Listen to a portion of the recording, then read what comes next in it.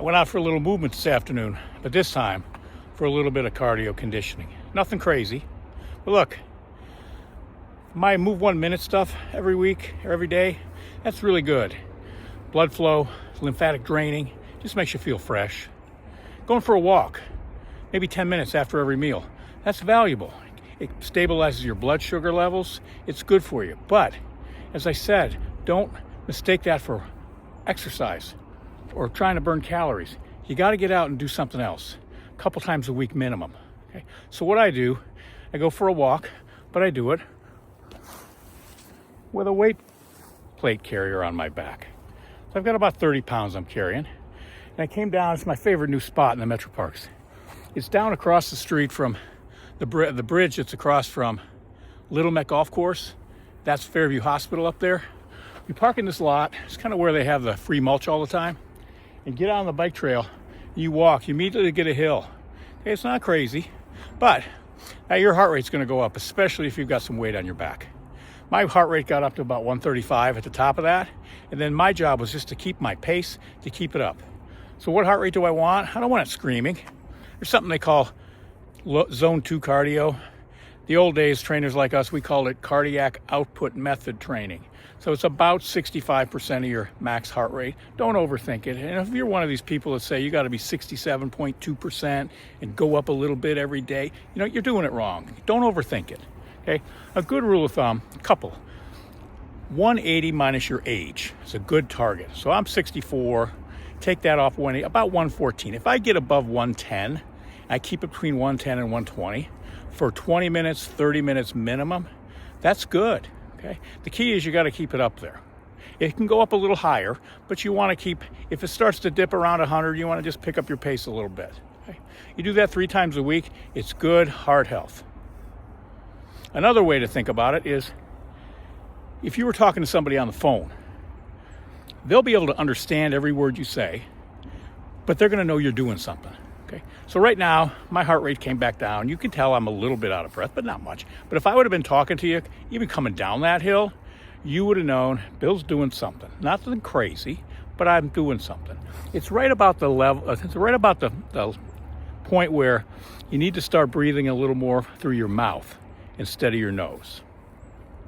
Other people will say it's a level where you can have a conversation with somebody you're walking with, but it's a little bit of a challenge. Okay. If you're running, your heart rate's up in higher percentages, you're not going to be able to talk. So again, back to that point where you can still breathe through your nose, but it's a little more comfortable to breathe through your mouth. Now, also, is it more important to breathe through your nose or through your mouth? In this kind of work, it doesn't matter. Okay. Look, if you're doing some breath control work, maybe some meditation, trying to maximize parasympathetic nervous system activations, like there's a difference between nasal breathing and breathing through your mouth, but don't overthink it. We're out here getting a little bit of exercise. Don't be that person who has to breathe through their nose all the time or breathe through your nose and exhale through your mouth. It doesn't matter when it talks about this zone 2 or cardiac output method training. Just get out and enjoy yourself. Okay, so I'm not done. I've been about a half an hour. I'm going to go across the street and I'm going to go on a Little Met Golf Course, see if there's any hills over there that I can add a little bit more to my ruck and try to get about 4 miles total today.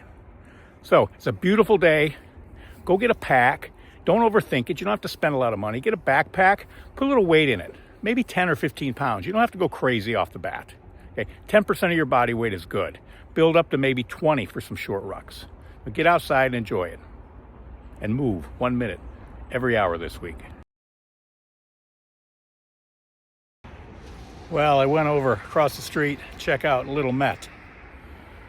But they got signs up, said no hikers or walkers, no dogs out on the course. And so rucking is generally considered the same as hiking. So I'm not a rule breaker.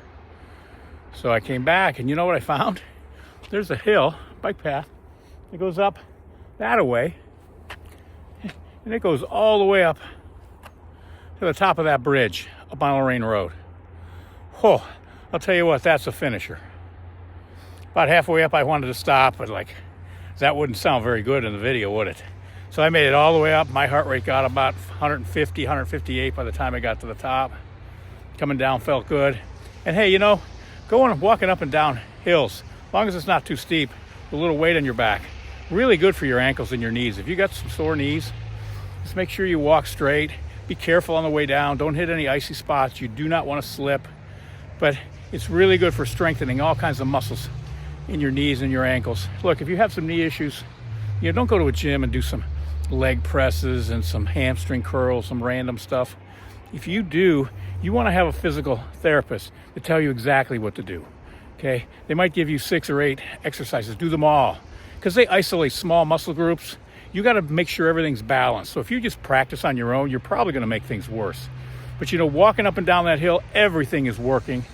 It's not terribly challenging. And it sucks. But I feel really, really good.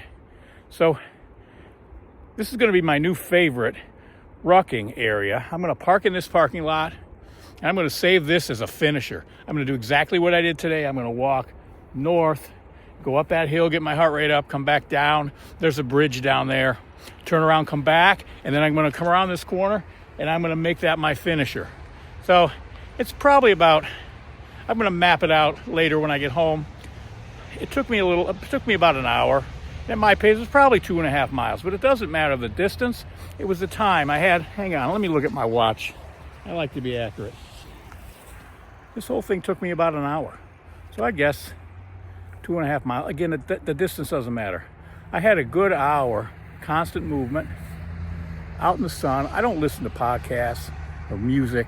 I mean, sometimes music isn't bad, but getting out in nature and just listening to the noises, nice sunshine. It's just a healthy way to approach your day. Have a great weekend.